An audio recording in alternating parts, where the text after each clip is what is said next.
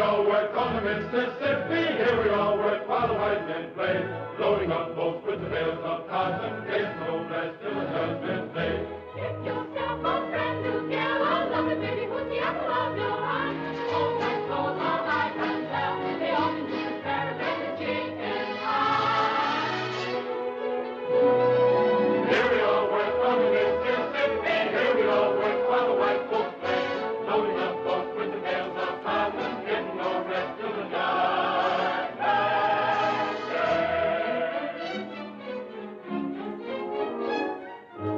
One pretty baby, are there, the fairest of the fair, to southern beauty, every foe must bow. You roll, oh goodness gracious, they're so flirtatious, you naughty Little women don't be timorous, you will find that she loves only makes a man more bold, thinking of the days of old.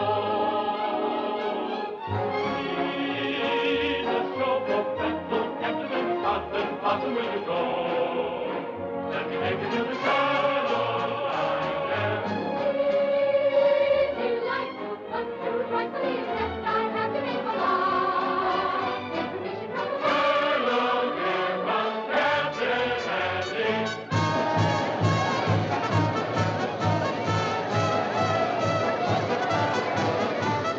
I have got such a wonderful show with the greatest of dramas and jolly comedies. Stephen Baker, the handsomest leading man, and beautiful Julie Laverne as well. Captain Blossom, Captain Blossom, Captain Andy's floating show. Thrills and laughter, concert after, everybody's sure to go. Captain Blossom, Captain Blossom, Captain Andy's floating show.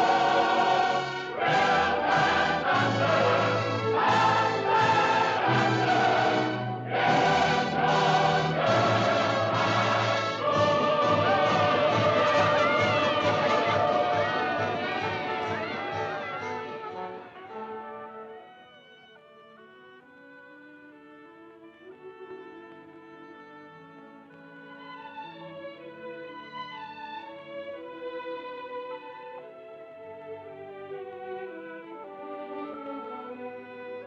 Who cares if my boat goes upstream, or if the gale bids me go with the river's flow? I drift along with my fancy. Sometimes I thank my lucky stars. My heart is free. And other times I wonder, where's the mate for me? Hello. How do you do? Are you an actress? Oh, no, but I'd give anything if I could be. Why? Well, because you can make believe so many wonderful things that never happen in real life. Well, if you like to make believe one thing, why can't we make believe we know each other? The game of just supposing is the sweetest game I know. Our dreams are more romantic than the world we see. And if the things we dream about don't happen to be so, that's just an unimportant technicality. So the cold and brutal fact is, you and I have never met. We need not mind conventions, P's and Q's. If we put our thoughts in practice, we can banish all regret. Imagining most anything we choose. We could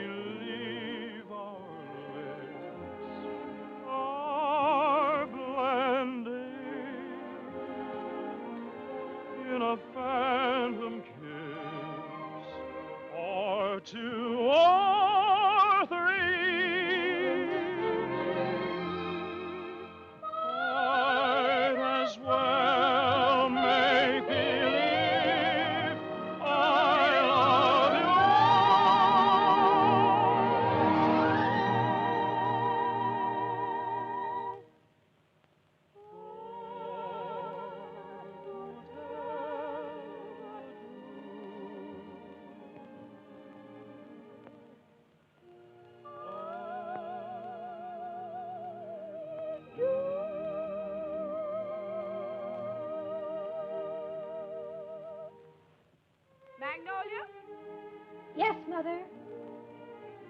Goodbye. I hope I see you again.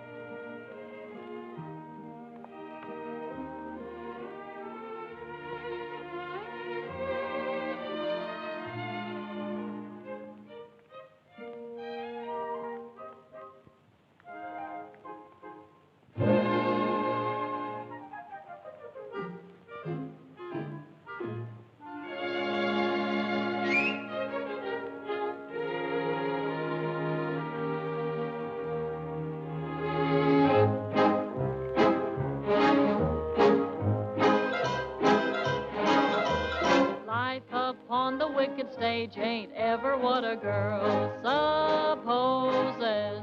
Stage door Johnnies aren't raging over you with gems and roses. When you let a feller hold your hand, which means an extra beer or sandwich, everybody whispers, ain't her life a whirl? Though you're warned against a roue, ruining your reputation. When you've played around a one-night trade around the great big nation, wild old men who give you jewels and sables only live in Aesop's fables. Life upon the wicked stage ain't nothing for a girl. Though we listen to your moan and grieve, you must pardon us if we do not believe you. There is no doubt you're crazy about your awful stage. Life upon the wicked stage ain't never for the girls supposed. Stage door Johnnies aren't raging over you with gems and roses. If some gentleman would talk with reason, I would cancel all next season. Life upon the wicked stage ain't nothing for a girl.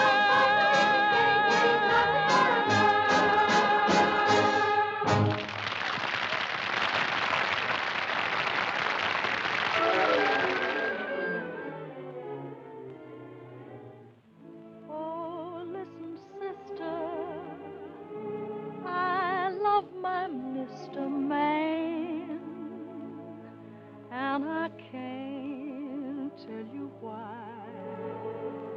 There ain't no reason for me to love that man.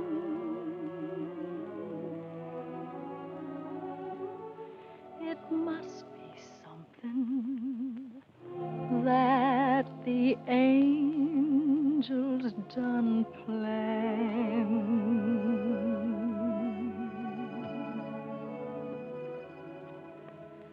Fish gotta swim, birds gotta fly. I gotta love one man till I die. Can't help loving that man of mine.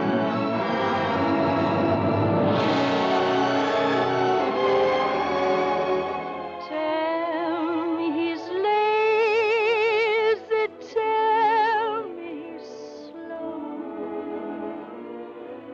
Tell me I'm crazy, maybe I know. Can't help loving that man of mine.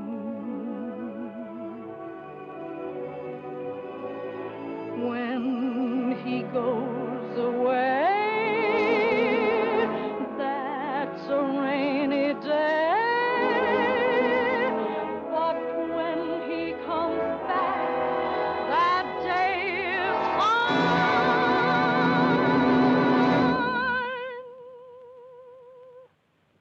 The sun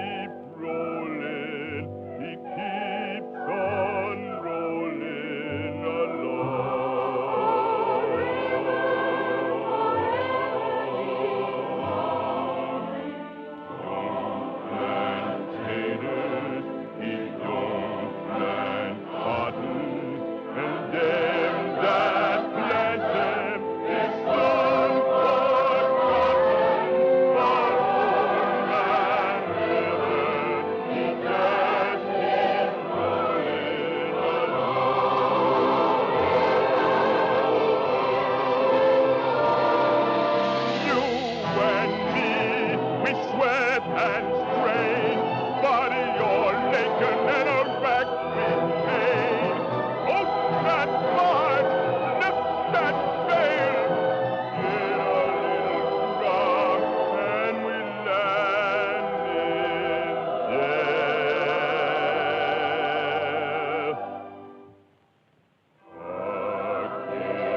Weary and sick of trying, I'm tired of living and still trying.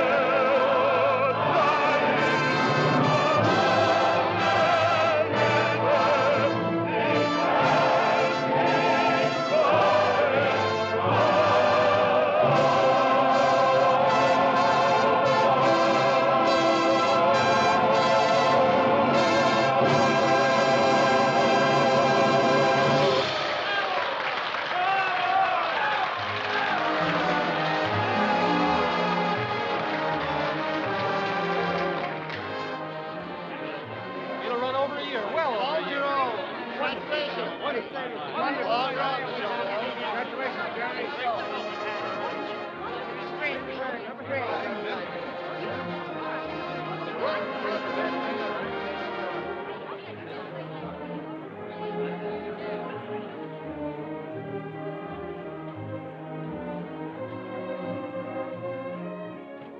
That was a swell show, Mr. Kern.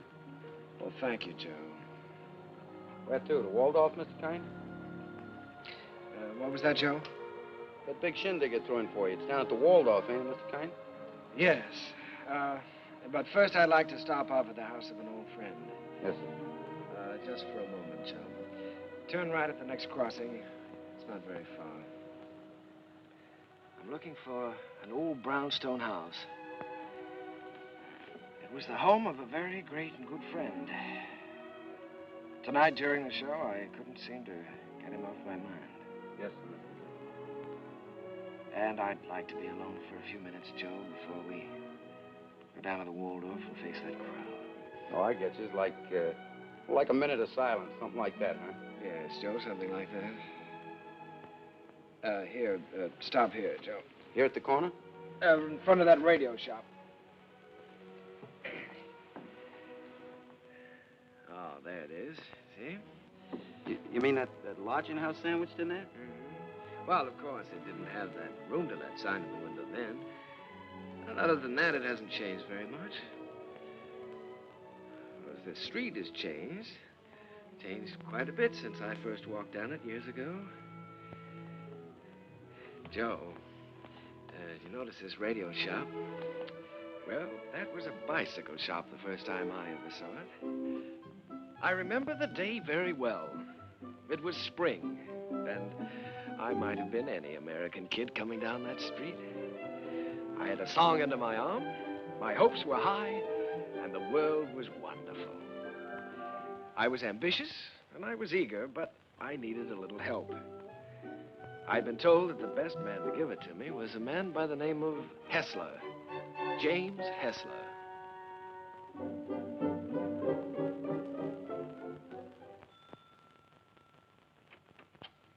Come in.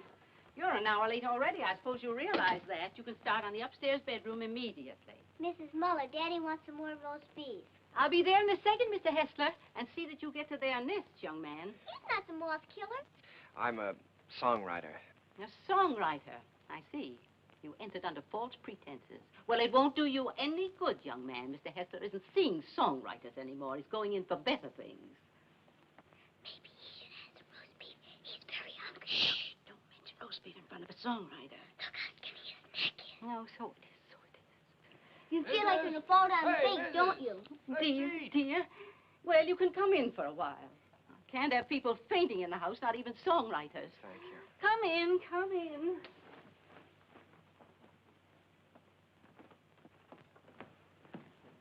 Daddy, he's starving to death. Mr. Hessler?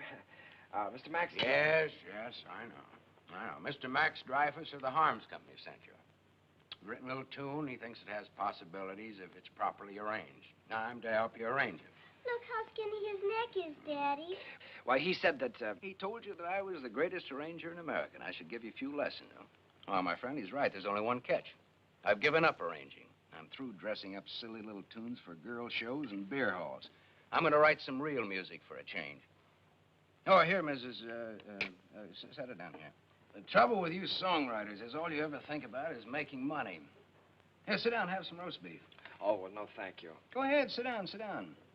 No, you never think of doing anything big, anything worthwhile, like Brahms or no, don't sit down there, please. It's Mrs. Hessler's place, Rester, so we always keep it set for her. Oh, I'm sorry. Yeah, sit down here. No, all you fellas want to do is write sugary little tunes and make a lot of money. Did you ever hear Beethoven's Eroica? Or Mozart's Jupiter? Didn't they do something to you? Great heavens, doesn't genius touch you fellas at all? Daddy's a genius. Yes, Daddy's a genius. No, my friend, in 3 weeks I'm going to England where I can work. I can have some peace and quiet. No mushy little melodies to be fancied up for public consumption. I'm going to write a symphony. Daddy's gonna write an opera just for me. Here, go ahead, eat up. Maybe it'll give you some gumption. Well, I'm terribly sorry, Mr. Hessler. I had a big lunch with Mr. Dreyfus just before I left. It was roast beef, too. Yeah, well, Oh, what's the matter? Just because you're not hungry, you don't have to go, do you? Have some brandy with me. Help me celebrate my liberation from mediocrity. Mrs., get a couple of liqueur glasses, will you? Sally, will you show the gentleman into the parlor? I'm going upstairs and see if I can't find that bottle of Napoleon. Have you a song in there? Mm-hmm. I'm taking piano lessons. Daddy wants me to be an opera singer when I grow up. Why don't you write an opera? Well, Sally, I'm afraid I only write the silly little tunes. You know, the ones your father doesn't like. Let me see if I can play your song. Do you mind? Oh, I wish you would. It's very easy. Here.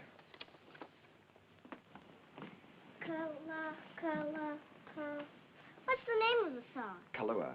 That's a funny name. Sounds like candy, like gumdrops. Well, it's the name of a very romantic beach in Hawaii, Sally. No, that's B. B natural. Here, let me show you. Now, here's the melody. Should be played with clarinets. Oh, no, wait a minute. No, that's not right. You've got to use clarinets to play the vamp. Oh, I was thinking of using brass there. Brass and spoil your finish? Good heavens, man, you've always got to save the brass for the finish. Oh. Well, what do you think? I know. This is a romantic song. Sit down. It's sentimental. You've got to start the melody off with your strings. Divisa, here, I'll show you. Start that vamp again, Sally. It's perfect for clarinet, see? Now, then the strings enter. Divisa. Did you hear how wonderful that is?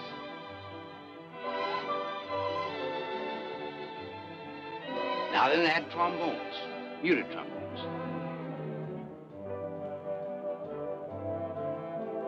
That's great, can't you just hear that? Sally?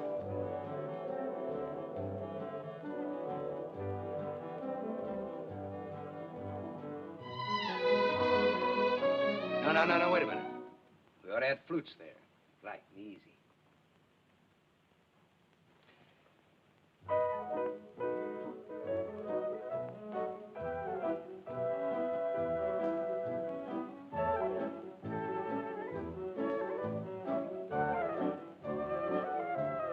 Now then add your breath.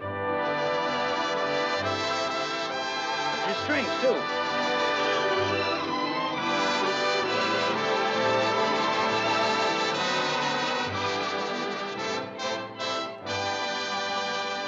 Yeah, you see? Isn't that easy? It's a good song, too. It's very good. Is that yours? Yes. Mm-hmm. That's all right. What's your name again? Kern. Jerome Kern. Well, I'm glad to meet you, Kern. Make yourself at home. And I did. My life became a pattern of notes and clefs, tempos and modulations. We worked hour after hour, day after day. It was the beginning of a friendship. It It was the beginning of a lot of things. And now, not only did I have a best friend, I had a best girl, Sally. And what a girl. Oh, those were never to be forgotten days, and I hated to think of them ending. But at last the time came when Jim had to leave for England. Oh, here, Jim, let me help you. Oh, it's those symphonies of yours. They're as heavy and bulky as lead. Nice, they're not tinny like some tunes I've heard. Oh, Sally, honey, come here. All right, here we go. Fortissimo. Dum-da-da-dum-da-dum. Bum. Got it. Oh, you carry a lot of weight, Sally. It was easy. Come along, Sally. At least we're not going to miss the boat. Goodbye, Mr. Kern. Goodbye, Mrs. Goodbye, Sally. Bon voyage. What does that mean? Happy journey. Bye, Uncle Jerry. Be a good boy. This will be the end of it, boys. Don't forget to pack my song, Daddy. No, I'm good. She means Kahlua. Well, that is her song, Jim. You know, if it hadn't been for Sally, I wouldn't be here now. Well, she's very fond of you, Jerry. I'm going to miss her. I'm going to miss all of you. Well, you may not be gone so long. It all depends on... You won't mind living here alone, will you? Oh, no, I'll get used to it. Jim, in case I don't get a chance at the boat, I just wanted to tell you that... Oh, forget it. I like arranging now that I'm through with it. Glad to have been some help. No, it's more than that. It's been your kindness and your home here. Look, Jerry, I just want you to write some good music, some real music. That's all the thanks I want. Don't waste your time fussing with those wheezy little tunes. Think big. Try to be somebody. I will, Jim. I'll try to be as big as I can. Yeah, good. That's fine. Well, we better be on our way. Oh, good heavens, Sally's song.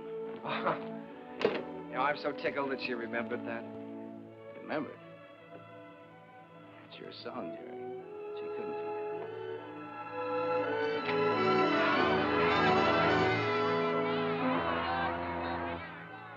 I stood there watching that boat pull out of the harbor, and I was lonelier than I'd ever been in my life. I walked through the days that followed, from office to office, theater to theater, always getting the same discouraging answer. The big hits were all English or European, and the local talent just didn't seem to have a chance. Broadway was closed to an American. From 23rd Street to Times Square, they were all playing Follow the Leader. And the leader was Charles Fromm. A moment. He's with Keller. Cecil Keller, the English composer. Mr. Frohman's not interested in American songs at the moment. He's leaving for England in a few weeks. Good day. How do you do? My name is Kern, Jerome Kern. Oh, yes. How do you do, sir? I see you have the deeds with you. Mr. Frohman's very anxious to see them. Deeds? You're the man from the real estate office, aren't you? No, I'm a songwriter. These are some of my songs. Your name isn't Kernan? No, Kern, Jerome Kern. I'm sorry. Mr. Frohman hasn't a minute to waste. I'm afraid I must say good day. Well, now, maybe if he'd listened to one of my songs, I have one that could be made very English. Good day, sir. Goodbye, Mr. Frohman. Goodbye, Mr. Keller. I'll see you in London soon. I'll call you when I get there. Thank you. I'll be waiting for your call.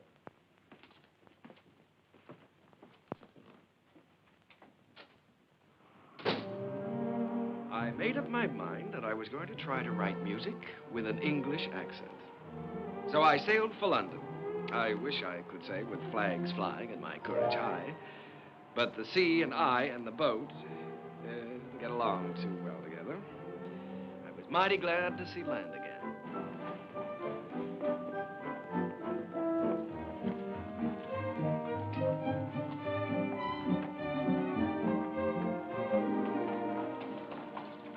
Excuse me, could you tell me where Mr. Hessler lives? Hessler? We have a Wesley and we have a Smith. No, Hessler. Mr. Jim Hessler. Uncle Jerry! Sally. Oh, honey, it's so good to see you. We didn't know you were coming. Well, I didn't know I was myself. Daddy will be so glad to see you. Come on, we live right over there. All right. Oh, Sally, you're getting prettier every day. I'm a music teacher. Yeah. Well, the tables are turned. American songwriter invades England. That's pretty good, Jerry. No, it's daring, very original. You're thinking big anyway. It's a chance I'm taking, Jim. Say, you've gotten a little skin here, haven't you? Hmm? I haven't been getting enough roast beef lately, I guess. Jerry, I look at you sitting there, and it's just hard for me to believe you haven't been here all the time. Thanks, Jim. It's sort of like being home again. How was the symphony coming along? All right? Oh, well, yes, I'm still in the note-making stages. Of course, I always believe in making plenty of notes. It's kind of like planting seed. One day they start to grow, and then, before you know it, lo and behold, your symphony's all written. Uh-huh. Simple and easy, hmm? Not as difficult as writing those silly little tunes. Well, no, it's the quiet here that does it, Jerry. Peace in this place is just so thick that you can float on it. It's a rustic pastoral. Wait a minute, now, answer that telephone. Oh, the doorbell. Will you get the door, please? Don't you do something about that? Yeah. No, there's a picturesque pastoral. Hello. Who? I can't. She's waiting for a piano lesson, sir. Oh, Mr. Edwards. Yeah, put him on. Come, Sally, it's time for Hello, George. When, my little buddy? Fine. I don't want to. Tomorrow? I'll be glad to. I'm not going to have a lesson. For dinner, good. Hester, you behave yourself. All right, I'll be there. Bye-bye. George Edwards. The producer? Yes, he wants me to come up and sit in on a rehearsal of a new I show. don't want to take any piano lesson. Uncle Jerry's here. You've got to talk to your daughter. I can't do a thing with her anymore. Well, This is Uncle Jerry's first day here, and I shouldn't be made to take lessons, should I? Should I, Uncle Jerry? Well, I think you should have one day off, maybe, huh? That's the end of her. There was some hope for her until her Uncle Jerry arrived. Now she's spoiled for good and all. Come, we get ourselves a cup of tea. you know, Sally, I'm inclined to agree with you. I think Uncle Jerry's arrival does call for a celebration. Now, what'll it be? London or the fair? Oh, the fair, Daddy. Please, the fair. All right. The fair it is.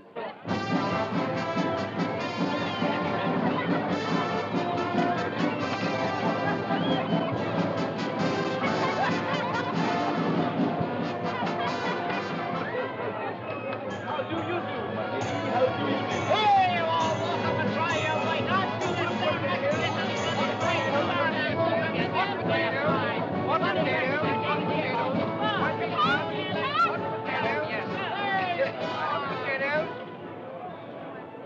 Oh, it could be wonderful. Could be wonderful. Oh, no, Jerry. I don't want Sally to go up in the swings. Not till she's a little older. The whole stage full of swings and a boy and girl in each swing and all of them singing. Oh, you mean for a production number? Yeah. That's not a bad idea.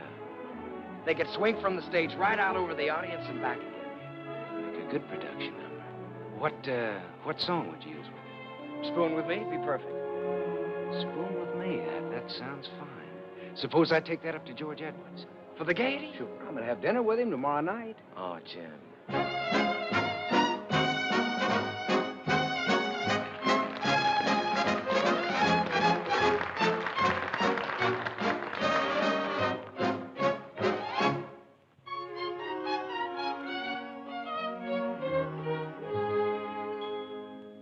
I don't know why I am so very shy.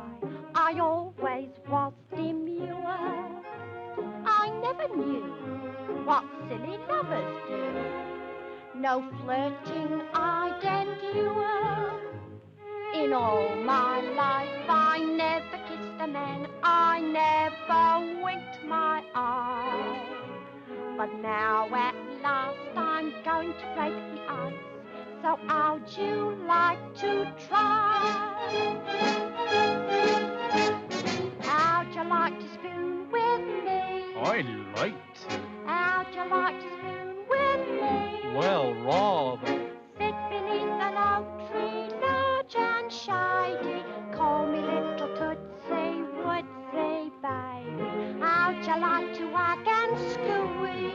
would.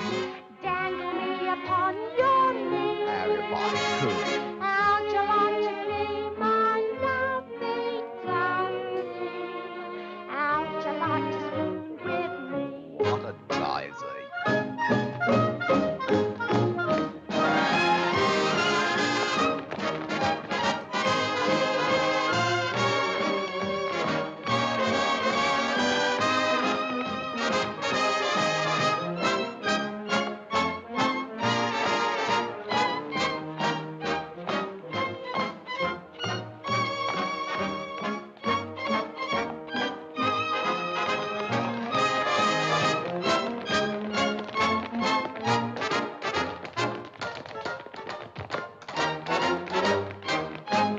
How'd you like to spoon with me? It would be spiffy. How'd you like to spoon with me? Awful jiffy.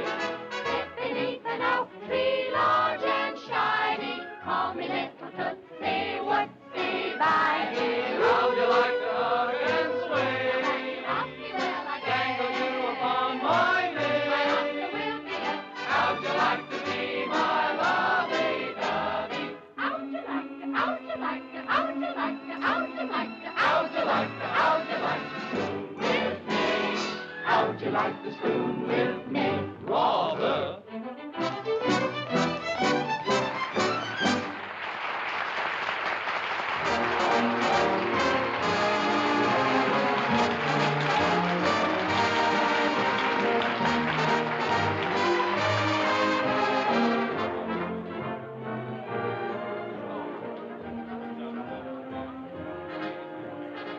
Pardon me for intruding. But you've been pointed out to me as the composer of that delightful number with the swings in it. My name is Froman, Charles Froman. Mr. Kern, I want to congratulate you. Roman. I'm sorry, sir. It isn't my number. My name isn't Kern. There's Mr. Kern, sir. Down the far bit. That gentleman there? Why, he can't be the composer. It's him, sir, sipping sherry. And a very nice gentleman he is, too, sir, for a musician. Mr. Froman, I have something here which I know you'd like. It's a beautiful number with parasols, with all sorts of parasols.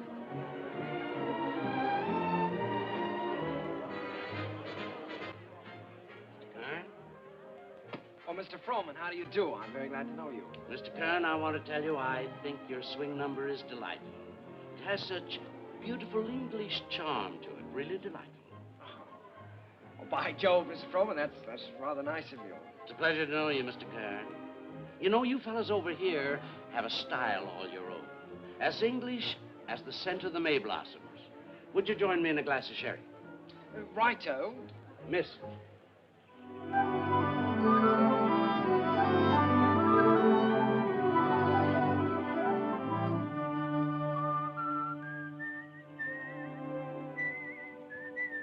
I believe I'd give that one up if I were you. One song at the Gaiety, I think you can afford to take a rest. Well, if I could finish it, I know I could interest Froman in it. You ought to know by now that Charles Froman is only interested in English music and English composers. If I only had a piano, I know I could work this out right now.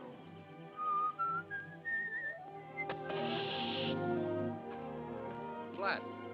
Well, it looks like you do have a little work to do. That town we passed wasn't very far back, was it? No, not very. Well, let me take your bike, and I'll go back and see if I can borrow a repair kit. No, I think I'd better go. I can talk with the natives better than you can. Well, let me do it. I can use my accent on them. That's just what I was afraid of. No, you wait here and whistle yourself a little tune till I come back.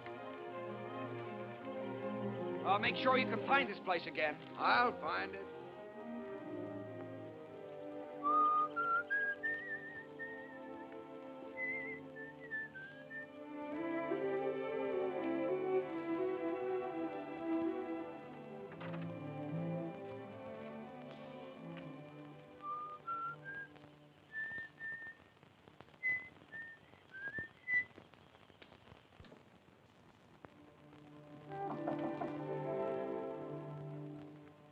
I say, is anyone there?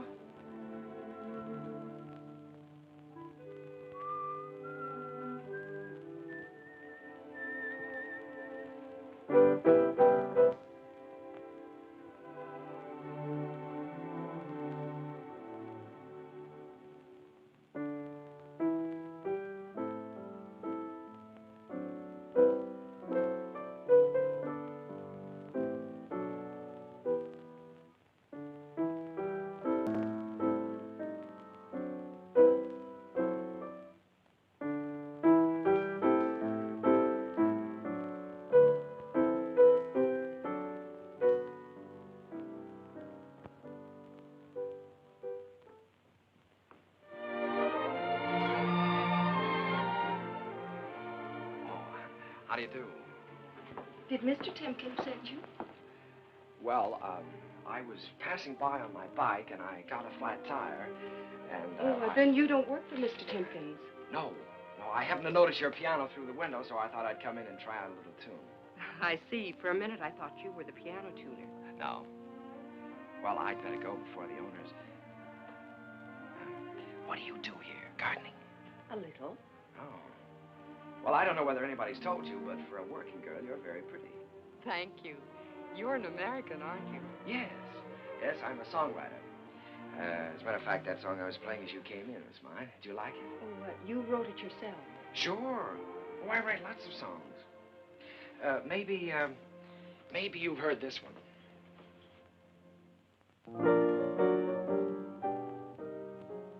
Why, that's from the Gaieties. Everybody's singing it. Uh-huh. Now, this is the one I was working on.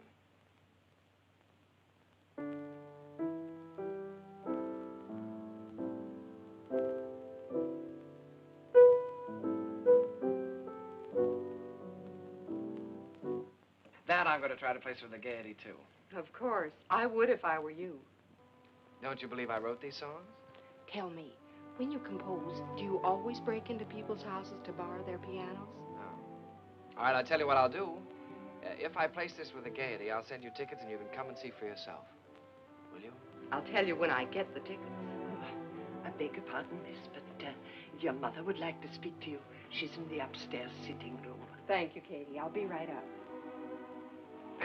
Well, I'm terribly sorry. But I still wrote those songs. And I'll still be waiting for the tickets. Will you? Wonderful. I won't forget.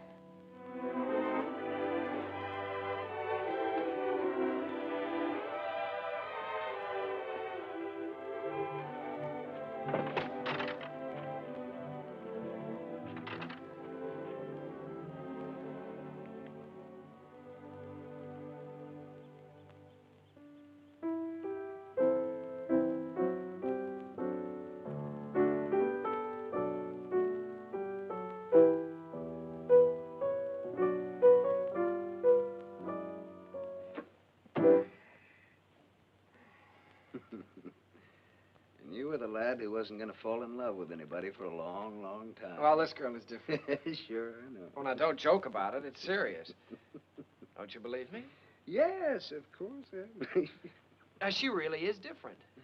I know. Her hair is like spun gold shining in the sunlight. Well, I don't know about her hair. She had a kerchief on, but her eyes were like pools in the starlight.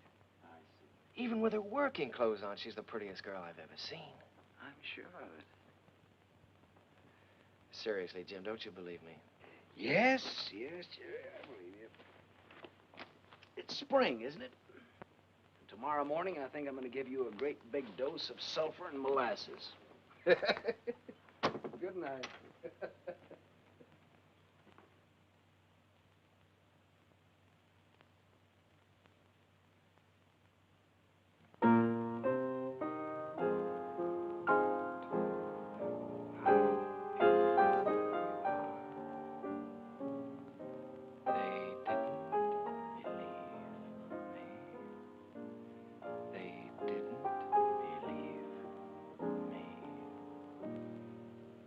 Your lips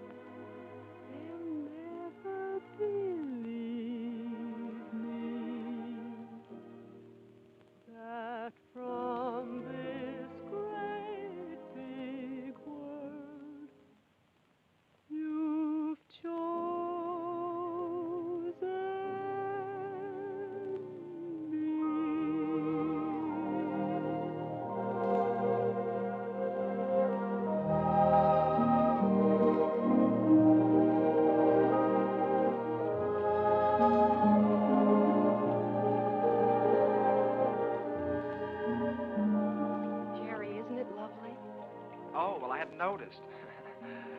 When I look at you, I can't seem to see anything else. Oh, writing songs again. Perhaps we better stop and have lunch. All right. You can move in under those trees there. Isn't it a beautiful day? Beautiful. Now, let's see. You've seen Westminster Abbey and the Tower of London, and you've seen Buckingham Palace and Hampton Court. Maybe there's something I can tell you about this place. Eva, let's drop the history course for a while. Do you mind? Not that it isn't interesting, but, well, there are a few things I'd like to know about you, too. Well, all right. What would you like to know about me? Oh, just the ordinary things. Things you like and things you don't like. Where you went to school and who was your first beau and, oh, what you want out of life. That's a tall order. Where shall I start? The things you like. Oh, I guess I like what everyone likes. I like books and picnics and dancing and music. What about musicians? Oh, certainly musicians. And what do you want out of life? Oh, I guess again what everyone wants. Happiness. Have you ever given any thought to getting married? Why, of course. Doesn't everyone? Are you set on any particular type of man? I have been at different times. When I was 16, I desperately wanted to marry the star cricket player at rugby. And now? Now? Oh, now I don't really know. Except that he must have a sense of humor, and he must be kind, and he must be intelligent and good company. And of course, he must love me very much. Well, I know somebody with at least one of those characteristics. Someday I'll tell you all about it. Oh, good afternoon, good afternoon, good afternoon. And how have you been this afternoon? Well, I'll tell you how I've been. That's I've been so. looking Never mind, never mind. You feel wonderful. You feel great. How could you be otherwise after such a beautiful day? Tell me, my friend, how is your knowledge of English history? English history? Did you know that London happens to be the largest city in the world? Yes, I know that. Did you know that within the county of London there are 14 road bridges that cross the Thames? Now, there's the Waterloo. There's You don't say. Sounds dull, huh? Well, it's far from dull, my friend, when your history teacher is as beautiful as all the sirens of history put together.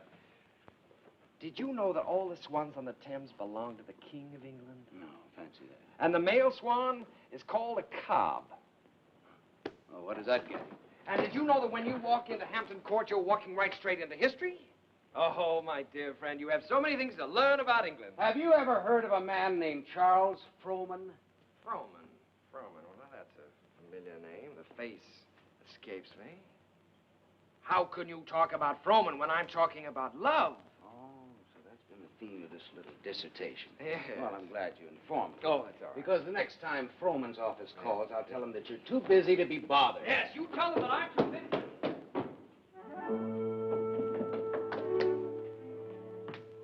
Did you say the next time Frohman's office calls? That's what I said. They've been calling you all day. But why should I bore you with such trivial details? Well, what do they want? No, dear friend, you return to your archives. Why think of the future when the past is so glorious? Oh, come on now, quit clowning. What happened? Nothing. Frohman just wants you to write 4 songs for his new show.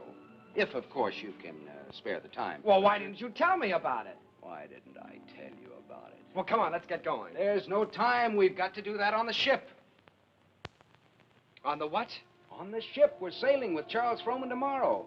We have to start rehearsal in 6 weeks in New York. Oh, Jim, Oh, nothing. Look, Jerry, this is the chance you've been waiting for. You certainly are full of surprises. I thought you'd be up in the clouds. I feel like I've just been yanked out of the clouds.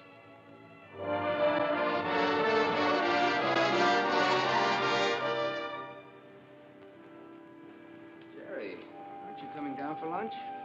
Oh, no, Jim, I'm not very hungry. Now, look, you've got to snap out of this. It isn't the end of the world, it's the beginning. Here you are on your way back home with a Charles Frohman contract in your pocket. Why, you ought to feel wonderful. I know it. That's what I keep telling myself. You go back to England. If I just could have seen her once more. Jerry, it was all we could do to catch the boat. You couldn't help that. You talked to her on the phone. On the phone? What can you say on the phone?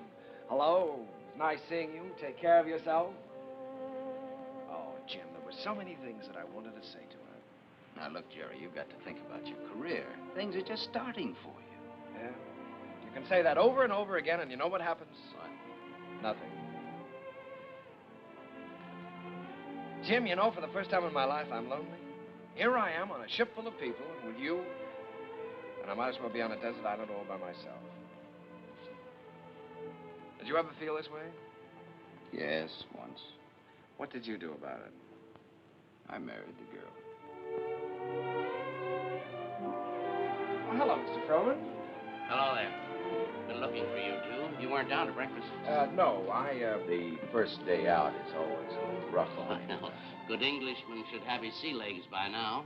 Come and have lunch with me. Mr. Froman, there's something I must tell you. I'm not an Englishman. Mr. Kern, there's something I must tell you. I never thought that you were. At least not after the first 15 minutes. Matter of fact, I'm very proud to be able to present a new American composer to Broadway. Thank you, Mr. Froman. I have a lot of faith in you, Jerry. Just received a wireless from Julia Sanderson. She's accepted the part of the girl from Utah. Wonderful. Now I've got to have a great song for her. If it's a love song, he's got one.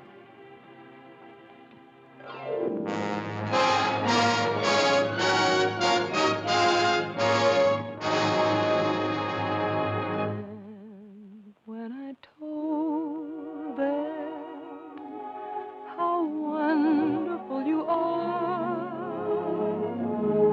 they didn't believe me. They didn't believe me. Your lips, your eyes, your teeth, your hair are in a class beyond compare. You're the handsomest boy that one could see. And when I tell them, and I'm certainly gonna tell them, that you're the boy whose wife one day I'll be. They'll never believe me. They'll never believe me. That from this great big world you've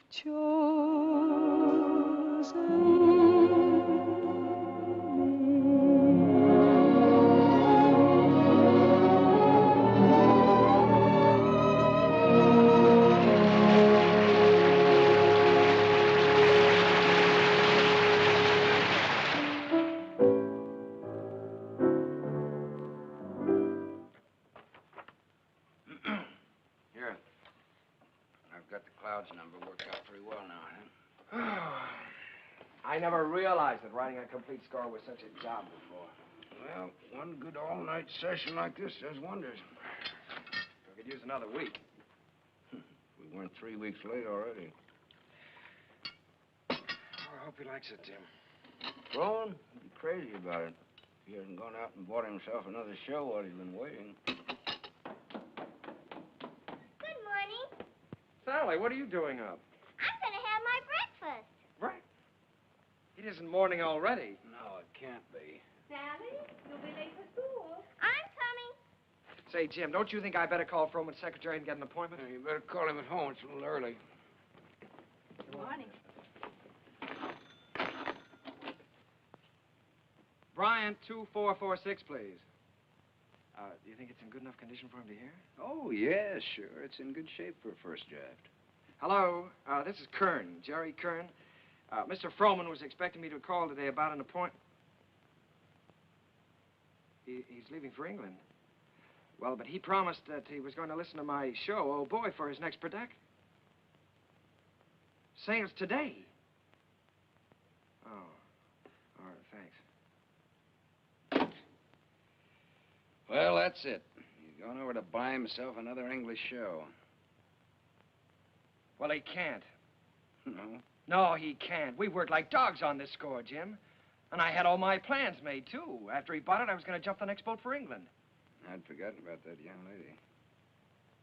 Wait a minute. I've got an idea. My passport is still good. Why don't I take the same boat he's taking today? Wonderful. Get him on board ship and he can't get away from you. That's right. Then I can sell him the show. Wonderful. Then I can go and see Eva. Sure, you can get married. Well, yes. Probably have to ask her first. Well, that's an idea. Well, I'll go and phone the steamship company. Right, I'll go back. Driver, you think you can make it all right? If we get a break in traffic and the old engine holds out. Oh, Uncle Jerry. Jerry, come on now. We've only got a few minutes. Jerry, if you want to miss that boat, come on here.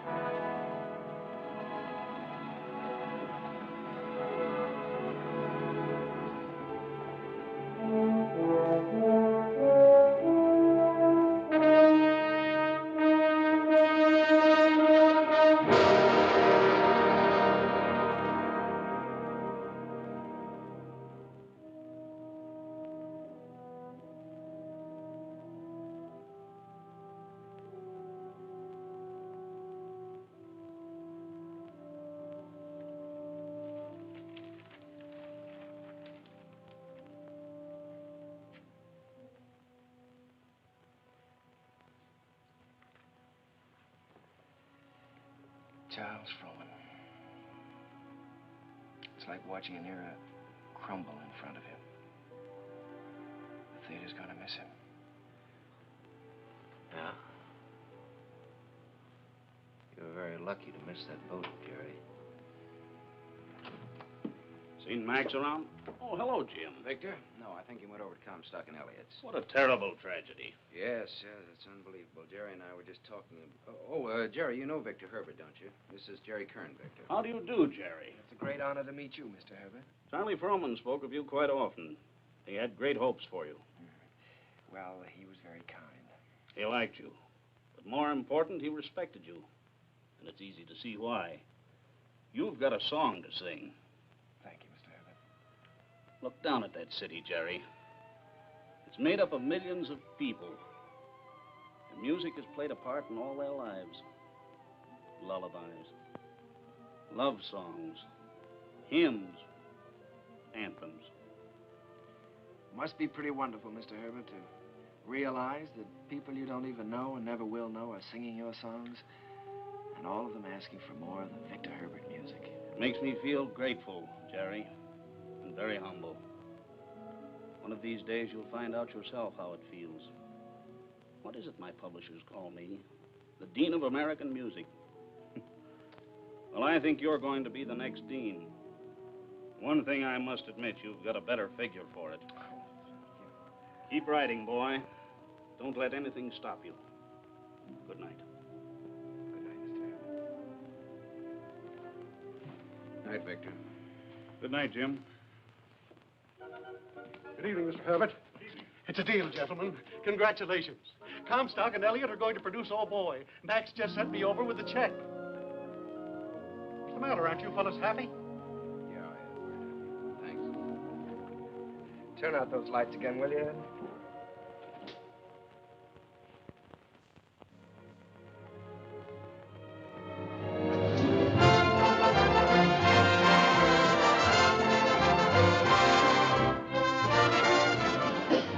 Well, there it is in lights. How does it feel? Well, it feels pretty good. If I could just get rid of some of these butterflies in my stomach. How do you feel? Well, I've got a little butterfly trouble myself. I suppose you think we're standing in front of the theater on 39th and Broadway. No, what do you take me for? This isn't 39th and Broadway. This is the top of the world. Pretty nice world, isn't it? Yeah, it's great. It's wonderful what a difference seeing your name in lights can make, isn't it? Come on, we better go in or we'll miss the show.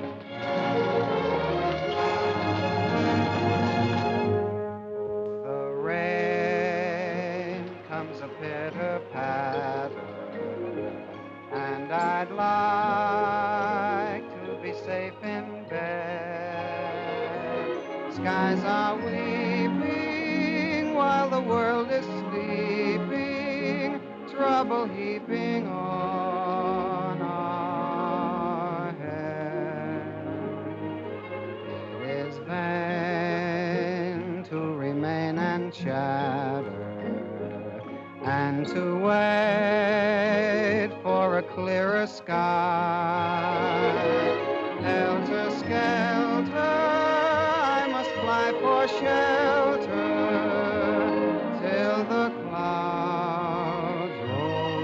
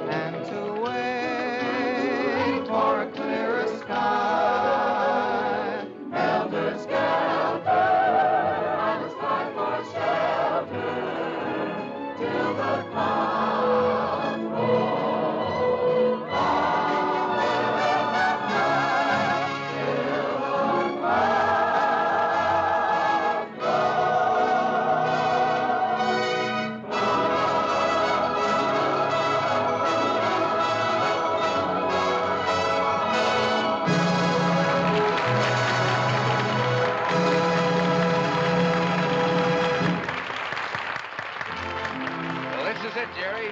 You're in, my boy. Listen to that applause. That's for you. Don't wake me up. Don't anybody wake me up.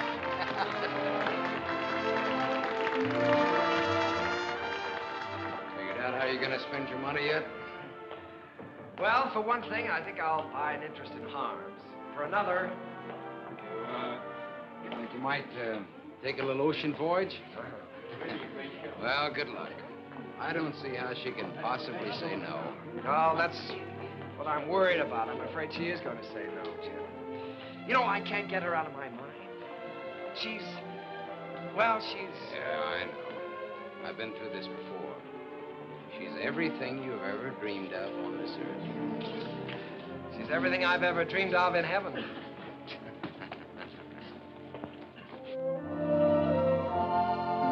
Oh, Jerry, let's stop here, shall we? All right.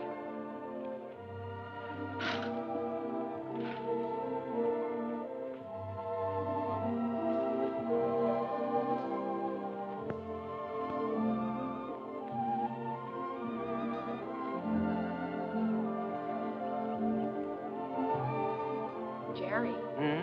You know, you didn't write very often. Well, my letters weren't very interesting, Eva, so I tore them up. As a matter of fact, you didn't write very often yourself. A lady doesn't correspond with a gentleman, unless it's a reason other than a personal one. Oh, well, now, doesn't that sound a little silly to you? No, it sounds altogether fitting and proper. Oh. You want to fight? A lady doesn't fight. Well, what does a lady do? Oh, you're impossible. Well, you're right. If I were you, I'd have nothing to do with me. In fact, if I were you, when I ask you to marry me, I'd say no. Just on the grounds that a lady never says yes. Now, see here. Are you going to ask me to marry you? Might, with a little encouragement. A lady doesn't. In my country, if a lady wants to be asked, she has to be encouraging. In my country. In your country? What in your country? Well, there are proper ways to go about such things in every country. Oh. Well, then let me put it this way. From the very first moment I saw you, when you walked in from the garden, I knew that out of all the women in the world, I'd finally found the right one, the only one. I wanted to tell you then. I wanted to say, hello, funny face. I don't know your name or anything about you, but I've loved you all my life. You were my first school teacher, my first date, the first girl I ever kissed, and everything in the world to me. You see, I recognized you immediately. You thought all that? That's right. I stood there thinking that, wondering what you'd do if I kissed you. What would you have done? What would you do now?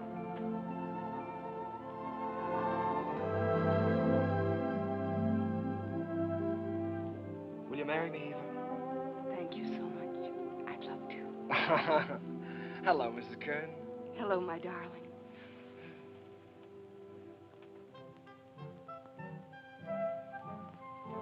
They're here, Daddy. They're coming up the steps.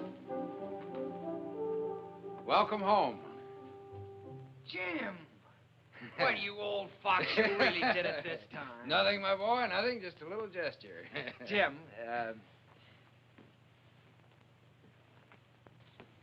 this is Eva. Hello, Eva. Hello. Well, you've married the nicest guy in this world, but the craziest. Oh, now, wait a minute. I was keeping that from her. Isn't she sensational, Jim? Jerry. Honey, turn around and let him look at you. Oh, Jerry. Look at that hair and those eyes. Have you ever seen a woman like that in your life before? Only once. No, I hope that both of you have all the happiness in this world. Oh, thank you, Jim. I think we have already. Forgetting me and the music. Oh, Sally, yes, I'm sorry, dear. Sally. On behalf of my father, Jim Hessler and myself. On behalf of my father, Jim Hessler and myself, I wish to congratulate you on the start of your voyage into the great sea of life. Oh, Sally. Well, on behalf of my wife and myself, I thank you very much. I'll take it. Hello, Mrs. Hello, Mr. Kern. Sally, it's so wonderful to see you. Why, you have grown up, haven't you? Sally, this is your Aunt Eva. On behalf of my father... Thank you, Sally. We're going to be real good friends, aren't we?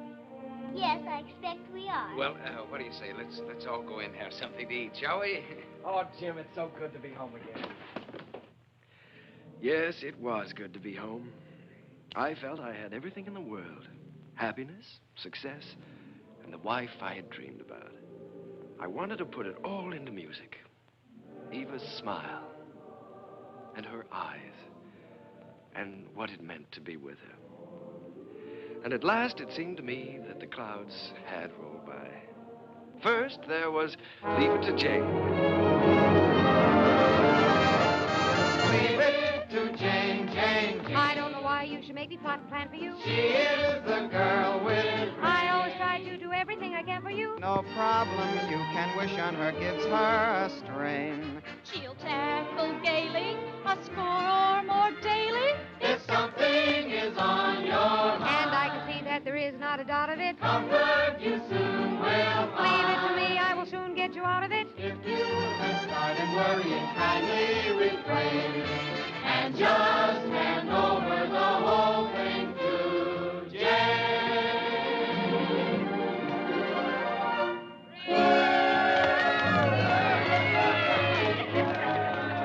Well, Jane, why don't you tell us how you do it? Yes, come on, Jane, tell us. Oh, but it's really very simple. I just study up on the famous women of history. You mean like Lucretia Borgia? Well, no, not exactly. Listen. In days of old, beside the Nile, a famous queen there dwells. Her clothes were few, but full of style, her figure slim and svelte. On every man that wandered by, she pulled the Theda Bara,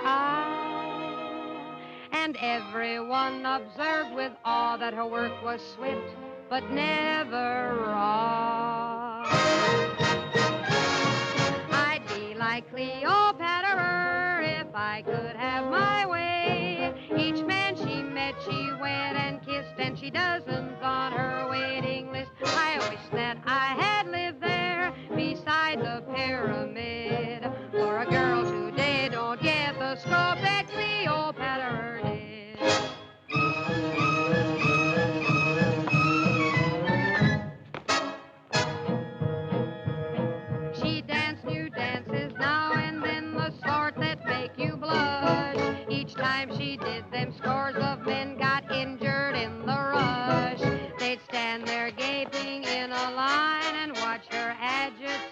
her spine. It simply used to knock them flat when she went like this and then like that. At dancing, Cleopatra was always on the spot. She gave those poor Egyptian ginks something else to watch beside the Sphinx. Mark Antony admitted that what first made him skid was the wibbly wobbly wibbly dance that Cleopatra did.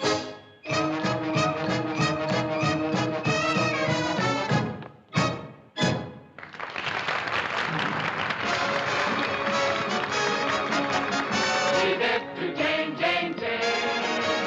She is the girl with brains. No problem, you can whip her, give her a string. You'll tackle gaily and score or more daily if something is on your mind. Comfort you soon will find. If you have started worrying, kindly refrain. Don't you bother, don't go to your father. Just leave it to Jane, Jane, Jane, Jane, Jane. Turn the whole thing over to Jane.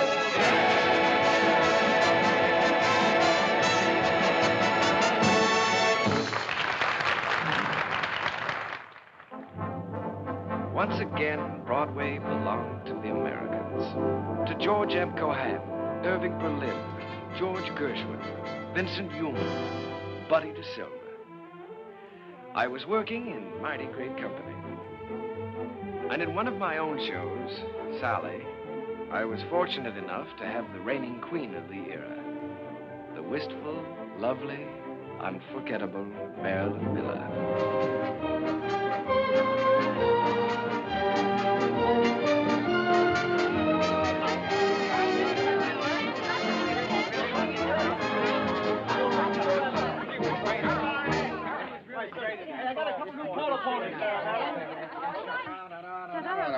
All right, Larry, thank you. Hazel, my dress. I have it right here. We're going to have to hurry. How's it going? Oh, my goodness. I was never so nervous in my life. Did you see me trip? Oh, you are nice. More flowers from Mr. Ziegfeld. Oh, how wonderful. Says the first act was a dream, signed Flo. Wish she said the second act. Don't worry about the second act. Second's better than the first. No. Thank you. Hazel, is everything ready for the quick change? Everything's ready in the stage dressing room. All right. Thank you. Hazel, have you got everything? Yes, everything's here. Let's go.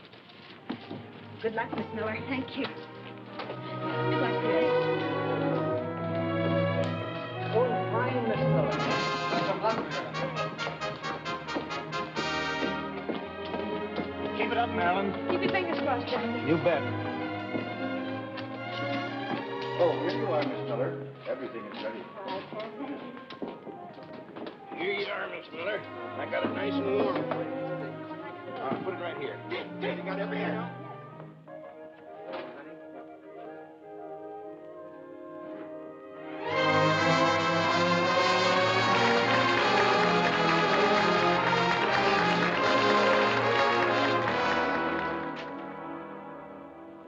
As I wash my dishes, I'll be following a plan till I see the brightness in every pot and pan.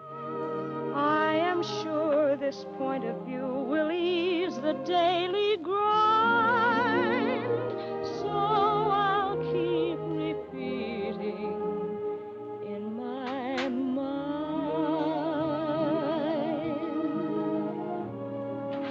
Look for the silver lining whenever God appears in the gloom.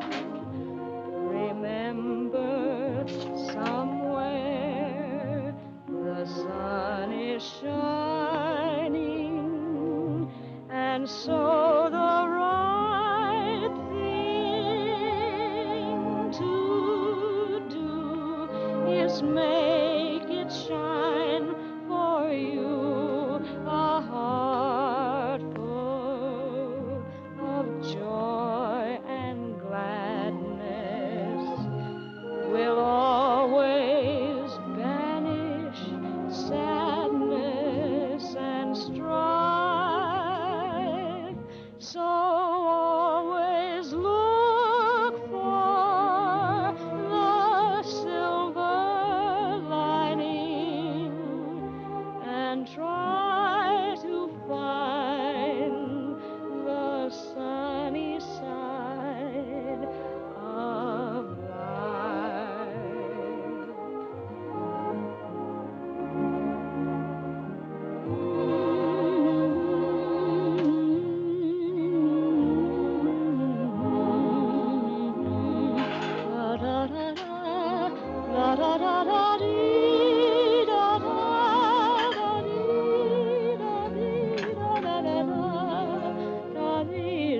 So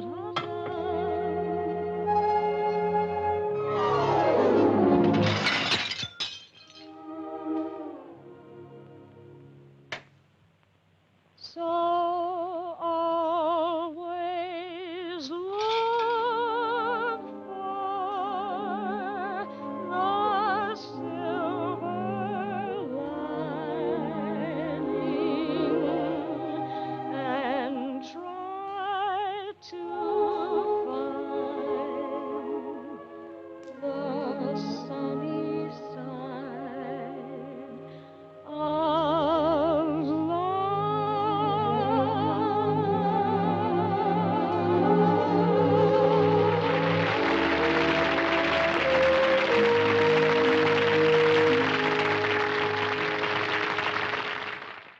I never thought I'd ever keep a scrapbook, but it was nice to know that people were singing my songs and asking for more.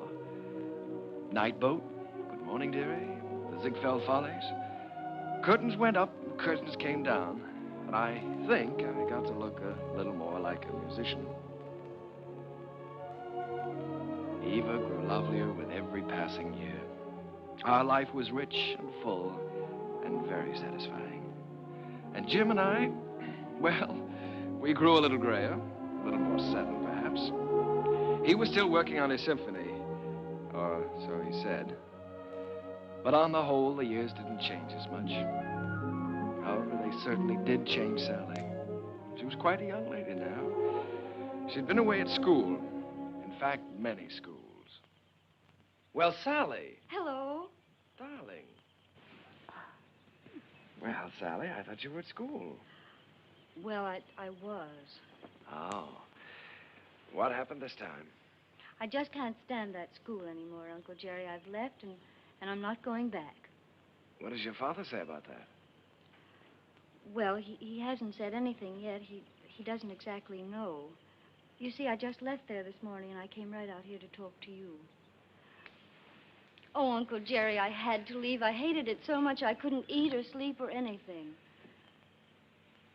This is the third school you've left now, isn't it, Sally? Yes. Well, now, it seems to me that you ought to be able to make a go of one of them. Oh, I just don't seem to fit in very well. The kids all seem so... Oh, I don't know. All they're interested in are parties and clothes.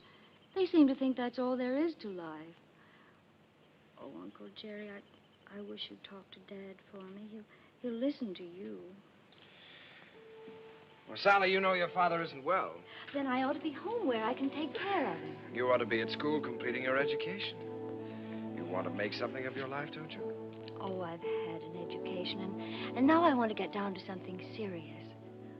Oh, Uncle Jerry, you did promise you'd help me get a start in the theater. I said I'd help you when you were ready. Your father wants you to complete your schooling first, Sally, and he's the boss. Oh, Uncle Jerry, Dad's forgotten what it's like to be young and feel like this, but you haven't. You haven't forgotten what it's like to stand on Broadway and look up at the lights and think, someday I'll see my name up there.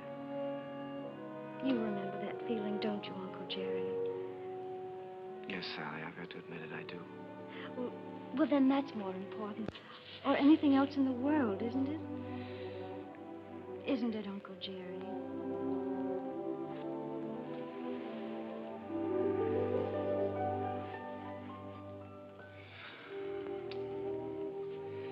It's the third time, Jerry. Yes, I know. Maybe we shouldn't have made her go back before. After all, if she hates it so much, Oh, Jerry, you can't keep on running away from things all your life. It's time Sally found that out. Well, you can't live another person's life for them either, Jim. It isn't fair. Sally's grown up now, and I think she ought to be allowed to do what she wants to do. I want her to finish her education and get a chance to finish mine. I always said that any kid of mine was going to get the right start in life. Well, what's right for one person isn't always right for another, Jim. You know that. Jerry, the trouble with that girl is she's just plain stage-struck. She comes by that honestly enough, doesn't she? Remember how we used to pound the sidewalks and knock on doors? Nobody could stop us. Goodness only knows enough people tried to. Remember how thrilled we were when we finally realized we were in? So what right have you or I to interfere with Sally? Yeah. Well, what are we gonna do, Jerry? I'd give her a part in Sonny. So cast. Part of Gwen hasn't been cast yet? Gwen, well, it's only one line. Gwen is going to have a song. The doctor's here, Mr. Hester. Oh, fine, Miss. Doctor, I'll be with you upstairs in just a minute. Good evening, Mr. Kern. Hello, Doctor. You know, when you get to be my age, you start collecting pills. Well, Jerry, I hope that works out all right.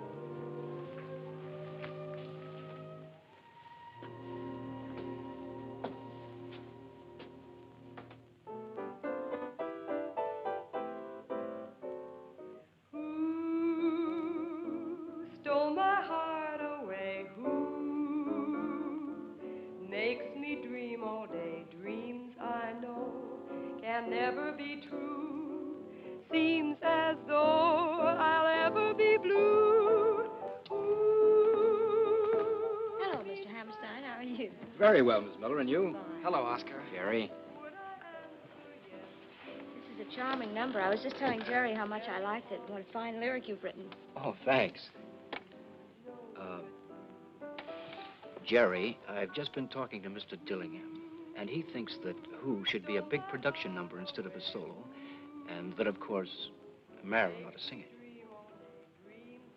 Oh. Well, then, of course, we'll have to do it. It puts me in rather a tough position, though, Oscar. After all, I did write it for Sally. I know you did, Jerry, but we'll give Sally something else. Oh, she's going to be awfully disappointed.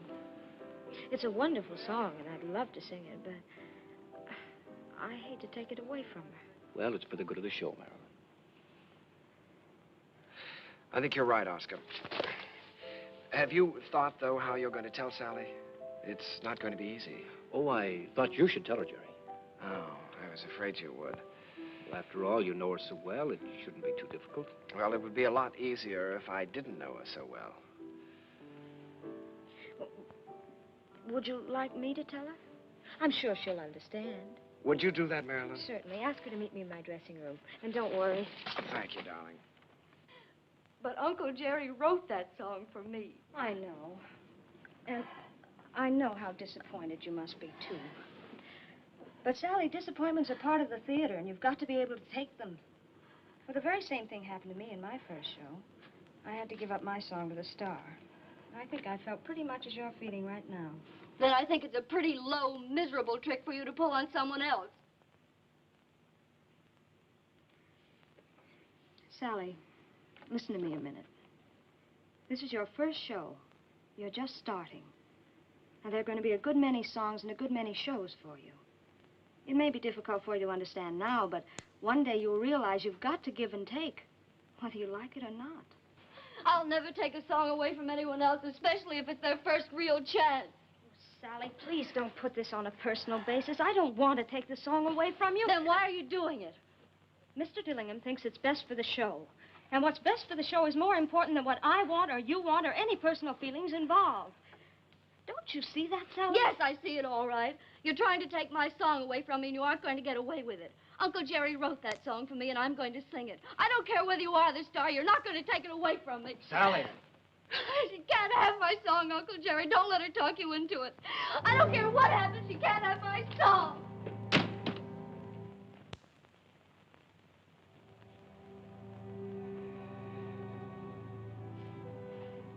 I'm sorry, Jerry.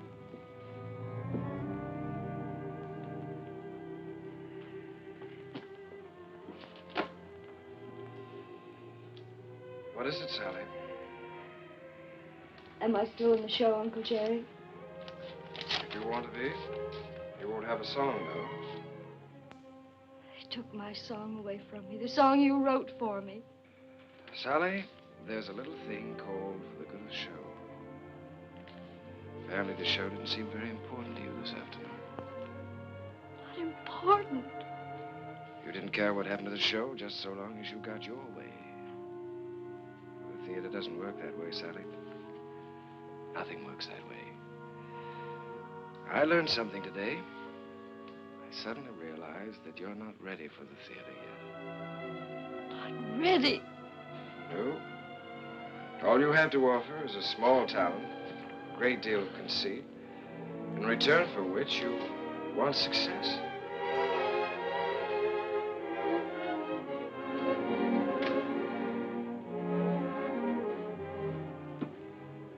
Sally, I've known you and loved you ever since you were a little girl. I couldn't love you anymore if you were my own child. But I must say this to you. You're not going to get anywhere in this life by using people. And until you realize that, you're not going to have the respect of anyone. Sally, I'm ashamed of you.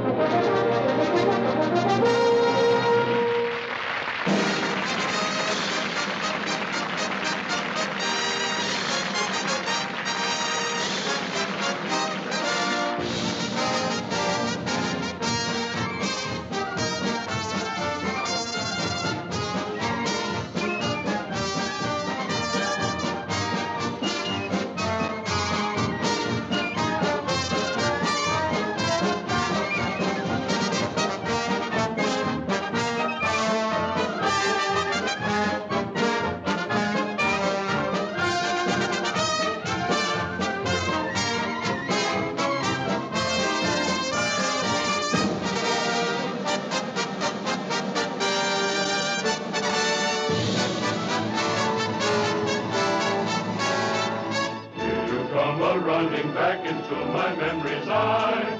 Little playmate once my gay mate in a day gone by. Ragged dresses, tangled tresses flying o'er the hill. Heaven bless us, you no less a share of Jacksonville. You funny little willow that describes her to a G. She is full of fun, he named the lady perfectly. She is bright and sunny.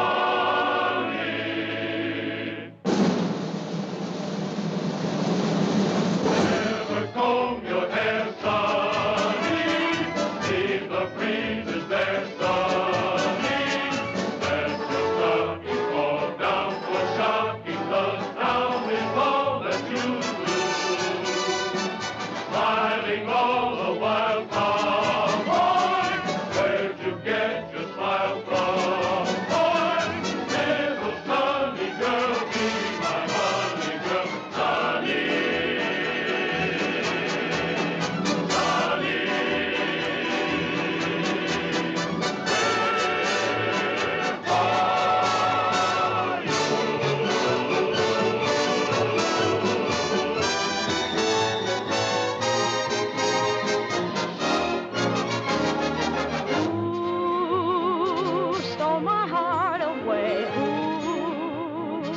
Makes me dream all day, dreams I know can never come true. Seems as though I'll ever be blue. Means my happiness too. Would I answer yes to? Well, you ought to guess who. No one but you.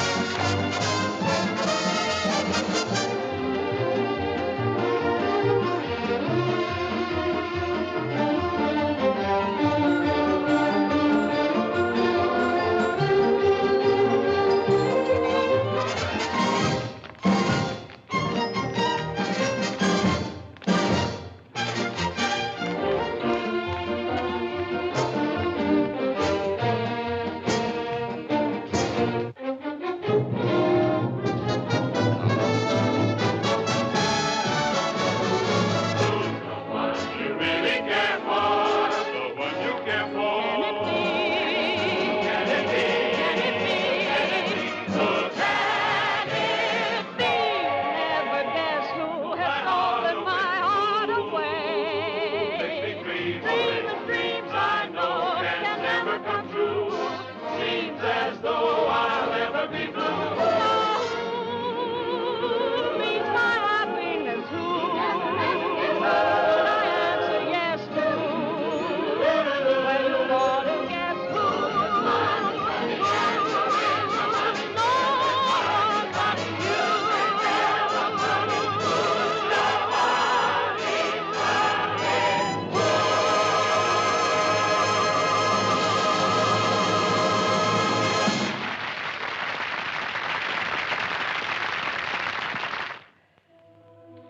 Hello? Yes, Miss Mullum. You sent for the doctor? Is Sally there? Oh. Well, you be sure he stays in bed, Miss Mullum. I'll be right over.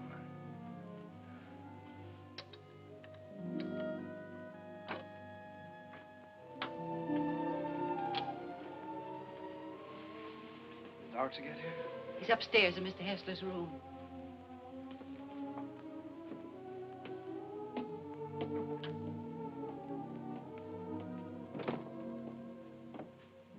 It's his heart. I wouldn't stay very long. Mr. Hessler could use a little rest.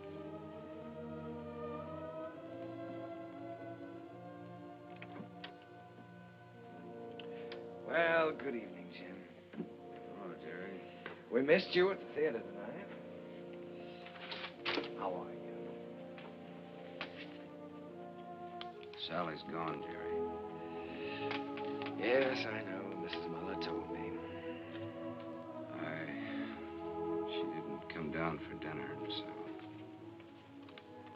went up to her room.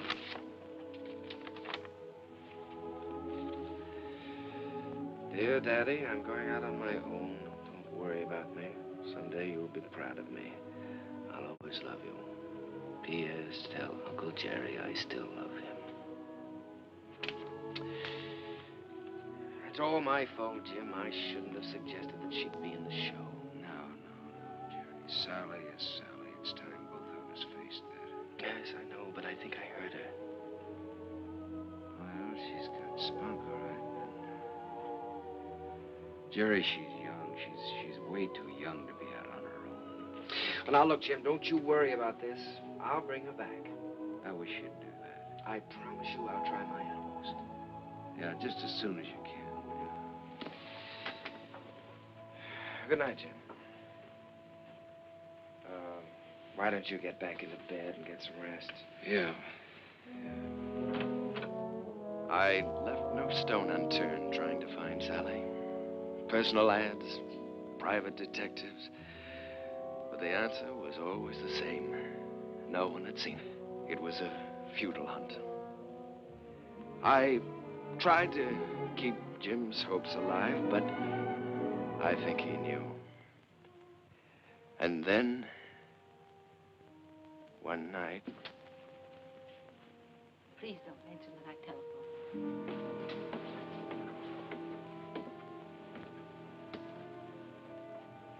I think, Mr. Kern, you'd better go up right away. He's been asking for you.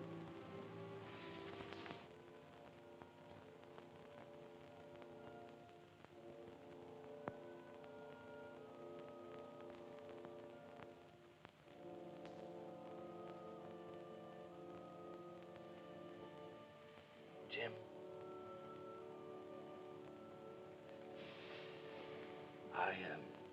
I was just driving by. I thought I'd drop in and say hello. Yeah.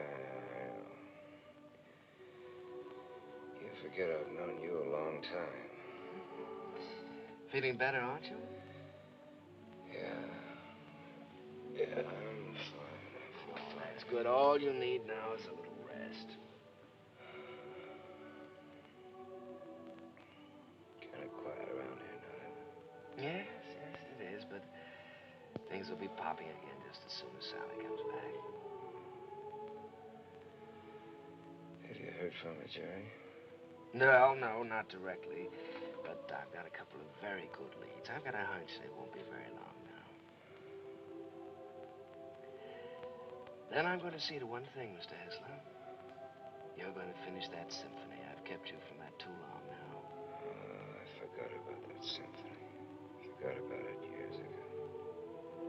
about your notes. I never made any notes. I was just posing as usual. You know, I used to go around hollering about being a genius. You are a genius, Jim. And you with your wheezy little tunes.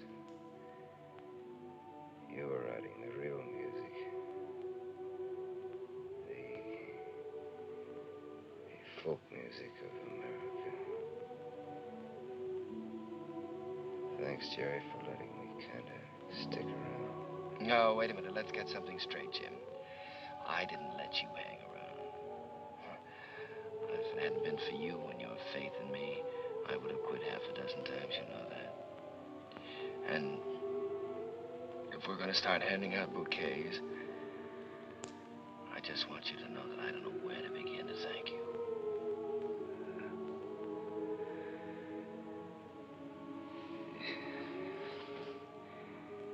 You're a great man, Jerry. It's been a privilege getting in on that music. It's been a lot of fun with you. Now, let's not talk that way, Jim. In a couple of weeks, you'll be back at that piano, screaming for more and more brass.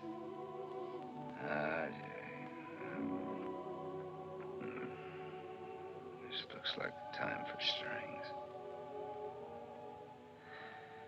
Jerry, if I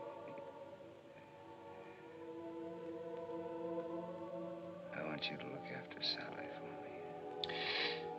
for me. Jim, you're going to be all right. So is Sally. In a couple of weeks, why, we'll be laughing about this.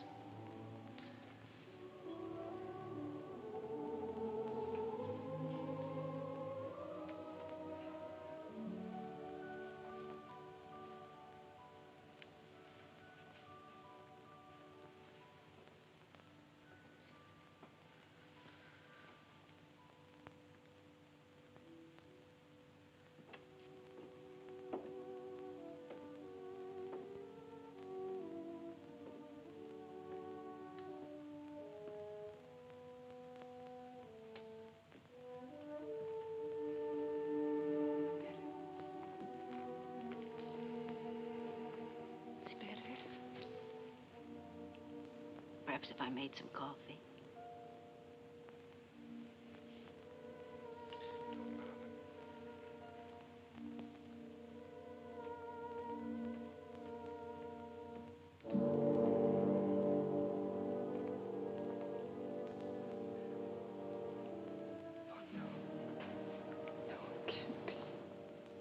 Mr. Kern had hardly closed the door when he...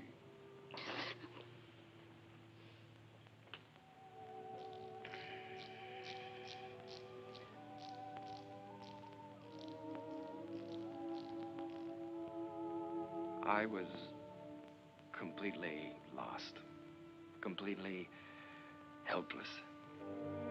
Jim was gone, and I had failed him, was still failing him. I'd lost a world with Jim's passing, and everywhere I walked with ghosts, reliving lost hours, pacing a world of memories. I couldn't even think in terms of music. I began to feel that I might never write again.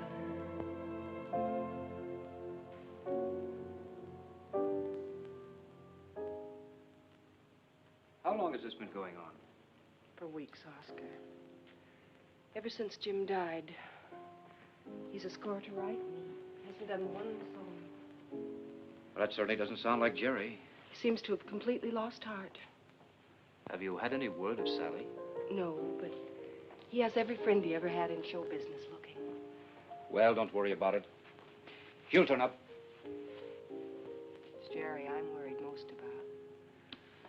You know, Oscar, I believe he's beginning to think he can't write music anymore. It's heartbreaking to watch him.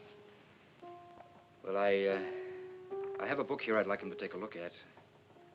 I've been commissioned to adapt it and write the lyrics, and I think Jerry's the man to do the music. I don't think he'll do it, Oscar. Well, that's hard to believe.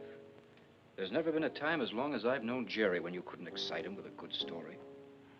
There's never been a time in his life like this.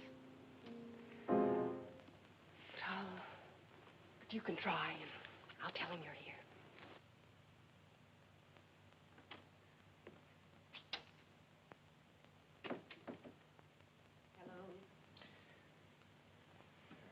How's it going, dear? Oh, fine, darling, fine.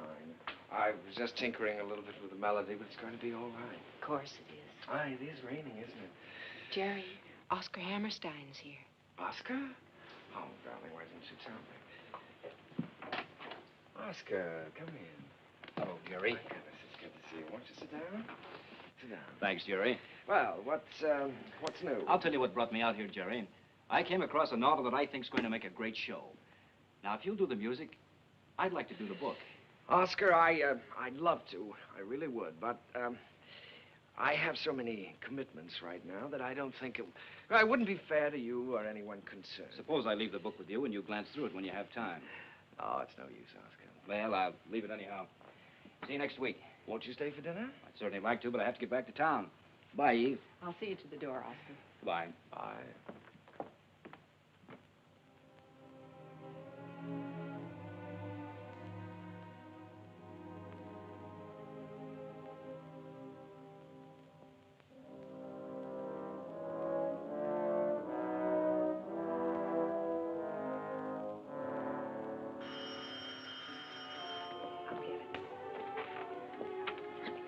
Hello? This is Mrs. Kern. Oh, just a moment, Mr. Kelly. Jerry, it's Arthur Kelly. He's got news of Sally. Hello, Arthur. Yes. Oh, that's wonderful. In Memphis? What was the name of that club again? Club Elite, all this week. Yes, well, I'll get right on it. Thank you very much, Arthur. Sally is singing at the Club Elite in Memphis all this week. Oh, that's wonderful. Shall I pack a bag for you? Yes, darling, you do that and I'll call and make reservations.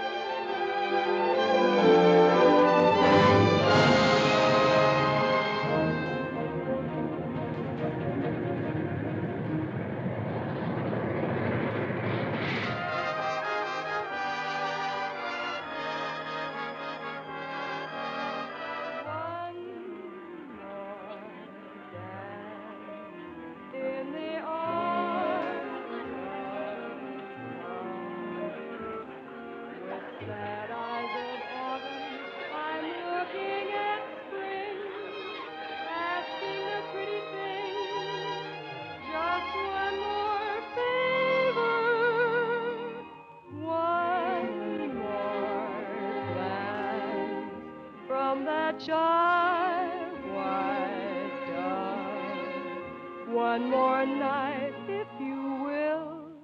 One more flight. One more thrill. One more dance, if you will, with me.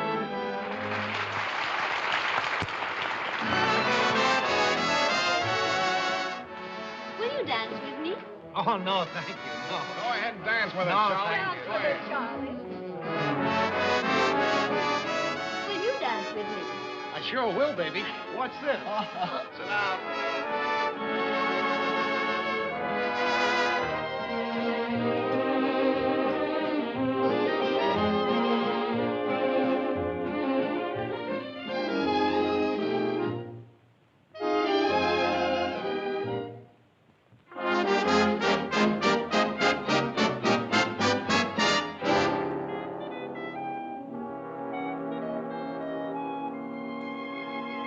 Think of what you're losing by constantly refusing to dance with me. You'd be the idol of France with me.